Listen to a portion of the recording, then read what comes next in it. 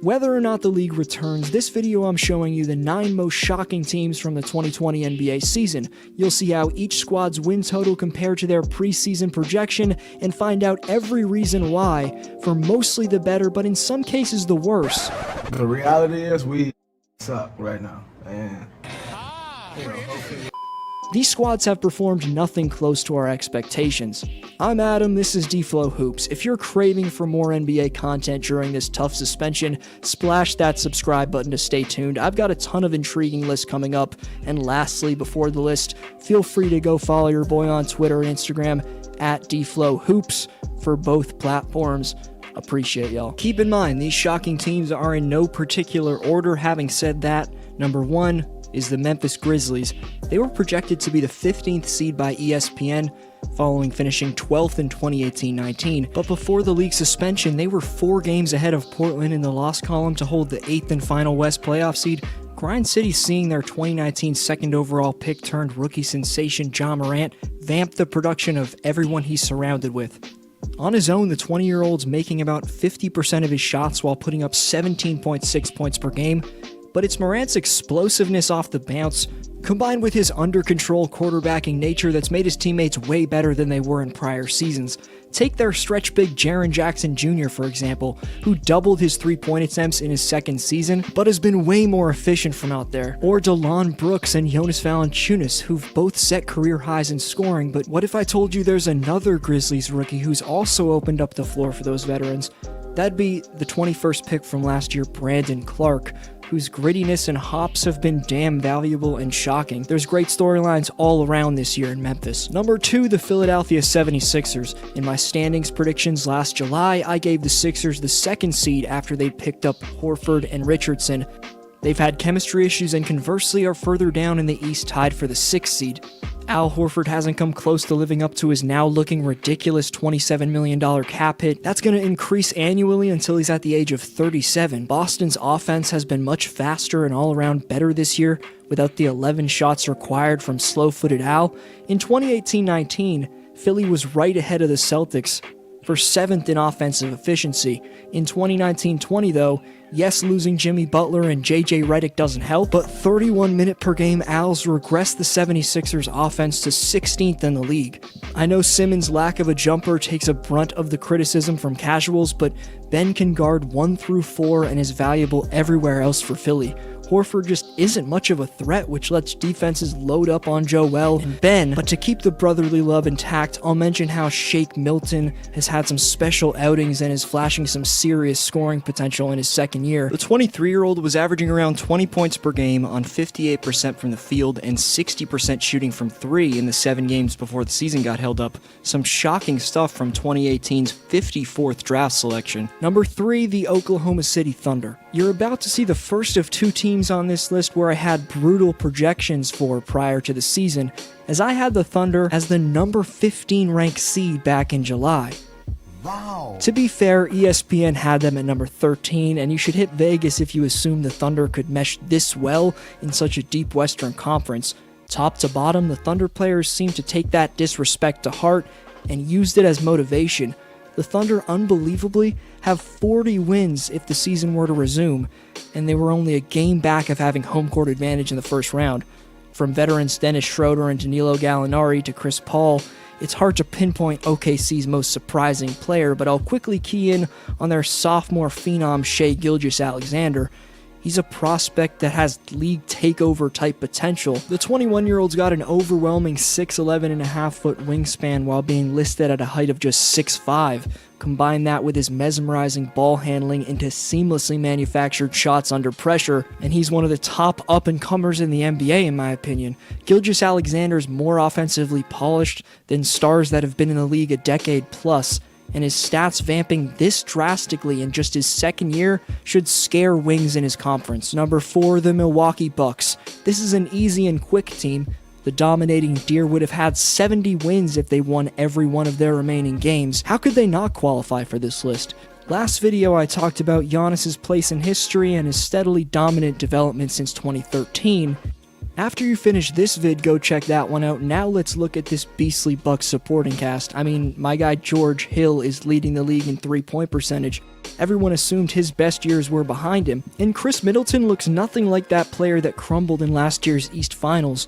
Although 80% of the credit at the very least goes to the Greek Freak for this 53-win slaughtering of the league with 17 games to play, Middleton's averaged about 25 after the All-Star break, and he takes a good amount of the pressure off Giannis. Number 5, the Dallas Mavericks. 2 words, Luka Magic. That's it, Mavs fans who clicked on this video.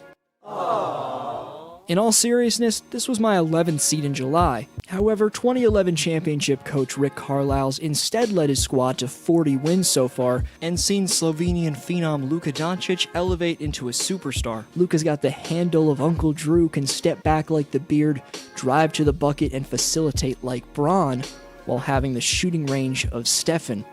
No, that's Steven, not Stephen. No one would make that connection.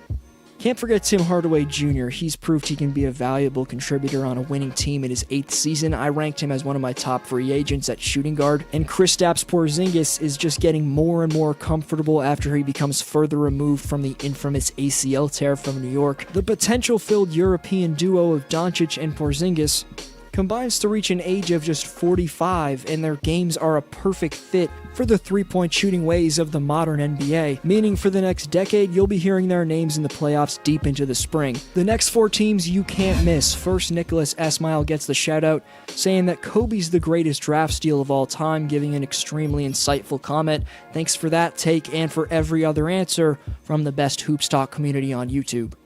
Number 6, the Golden State Warriors. This one's a bad look on my prediction resume, and pretty embarrassing, honestly. And not because I'm a Warriors fan. That's the opposite of the case, in fact. I've been a die-hard Raptor fan since I started watching ball, but I somehow had the Warriors 3rd in the West last July. Now keep in mind, this was the start of the offseason where Golden State had just acquired D'Angelo Russell. Of course, late in the season, he was flipped for Wiggins, but before the season, we also assumed the best shooter in NBA history would be healthy. But the chef went down, and Aaron Baines' 265-pound frame fell on his hand, fracturing it and keeping Curry out for the season. ESPN had the Dubs 6th in the West. Instead, they went from having utter West dominance to being injury-ridden conference dwellers. 15 damn wins is all the quote-unquote Warriors could muster. Draymond Green's triple-single averages have been roasted by Charles Barkley, which fans in the Bay likely had no choice to enjoy, given the TNT crew's a better product than their local hoops team. Yeah, this normal triple-single. No, man, he talks all that stuff when he got them other boys with him. Now he got out there and fight for himself, he just don't want to play. I still think the Dubs will be back to their similar winning selves once they're healthy, but boy oh boy, it's been shockingly ugly for them. Number 7, the Toronto Raptors. People thought they'd crumble with Kawhi moving to LA. Some, like Dennis Scott, said they wouldn't make the playoffs. ESPN had them finishing with 45 wins, but with 18 games left, Toronto had one more win than that projection. And you're really looking at this NBA generation's San Antonio Spurs in terms of their front office prominence. Since President Masai Ujiri's arrival in June of 2013, he's turned the Six into champions and continuing title contenders, even after an all-time great's departure. There's Fred VanVleet, Terrence Davis, Kyle Lowry, Norman Powell, and Serge Ibaka, plus even more role players having wild seasons, but I'll analyze a man whose nickname is Spicy P. Pascal Siakam just made his first All-Star game 9 years after he picked up a basketball for the first time, which is a story for another list, but watching Spicy's passing, ball handling, and confidence in the clutch get this much better in his 4th season has been something damn special. Similarly to Giannis's development, Siakam looks nothing like the player he was from his first 2 seasons, but Pascal's production is the product of a 7'3" wingspan being meshed with savvy guard skills, including a fundamentally sound shot from distance and patented spins. 3 times I covered the Raptors before the league suspension, covering everything from Nick Nurse and Lowry to my GOG, but nothing's more shocking to me than 2019's MIP Pascal Siakam somehow improving even more and taking a step towards superstardom. Number 8, the Miami Heat. Writers at ESPN had Miami as the 7th seed on August 27th, which are the standings projections that we've been looking at. I had them as the 6th seed on July 13th, but South Beach is instead witnessing Heatles 2.0 and seeing their Heat compete for the 3rd seed. The addition of Jimmy Butler's eliteness defensively hasn't surprised anyone and of course makes Miami the legit top seed they are. He has shot a career low from three-point range, but here's what more than makes up for that for the Heat. Firstly, there's Bam Adebayo, who in his 3rd season has morphed into debatably the most well-rounded center in basketball. Adebayo can lock both the paint and the perimeter up, which is scary because man's got a 38.5-inch vertical. He's also a nightmare Karl Malone-like force scoring the basketball inside. Next, Miami's got the controversial dunk champ but rising wing Derrick Jones Jr., and then there's Kendrick Nunn, who thinks he's Rookie of the Year, which is a little Blasphemous! to try and argue that away from Morant, but it's understandable. Kendrick, like anyone would be, felt disrespected getting undrafted and went on to score the 2nd most amount of points in rookie history in his first 10 games. It's fair for him to want that respect, and his story's pretty damn shocking. Can't not talk about one of the league's rising snipers, and another undrafted phenom like Kendrick, Duncan Robinson, who's shown he'll be around for many years and has a ton of potential. In Duncan's 2nd year, he shot a staggering near 45% from deep, and his rookie teammate on the wing Tyler Herro shot just under 40. It's clear, efficient floor spacing around a top two-way player Jimmy Buckets and beastly breakouts from youngins all around have fueled Miami's 2020 success so far. Number 9, the LA Lakers. You've heard about them on SportsCenter, Bleacher Report, and hey, even I've been a victim of clinging on to the Lake Show hype. Bottom line is, our society collectively really can't look away when an approaching 36-year-old is flying out of the gym like the King has this season. An unforeseen losing season in 2018-19, a season filled with turmoil, seemed to make LBJ appreciate being on top this year to an extent we've never witnessed before. I could tell you about the Carew Show, their veteran role players, Dwight Howard's revamped play, Kuzma's potential, or AD fitting in this well, but without the evident leadership, but more so hungriness of LeBron James in 2020, who knows where the Lakers would be. King James has pleasantly shocked the basketball universe maybe more than anything this year. I had them as the 4th seed, ESPN had them as the 5th seed.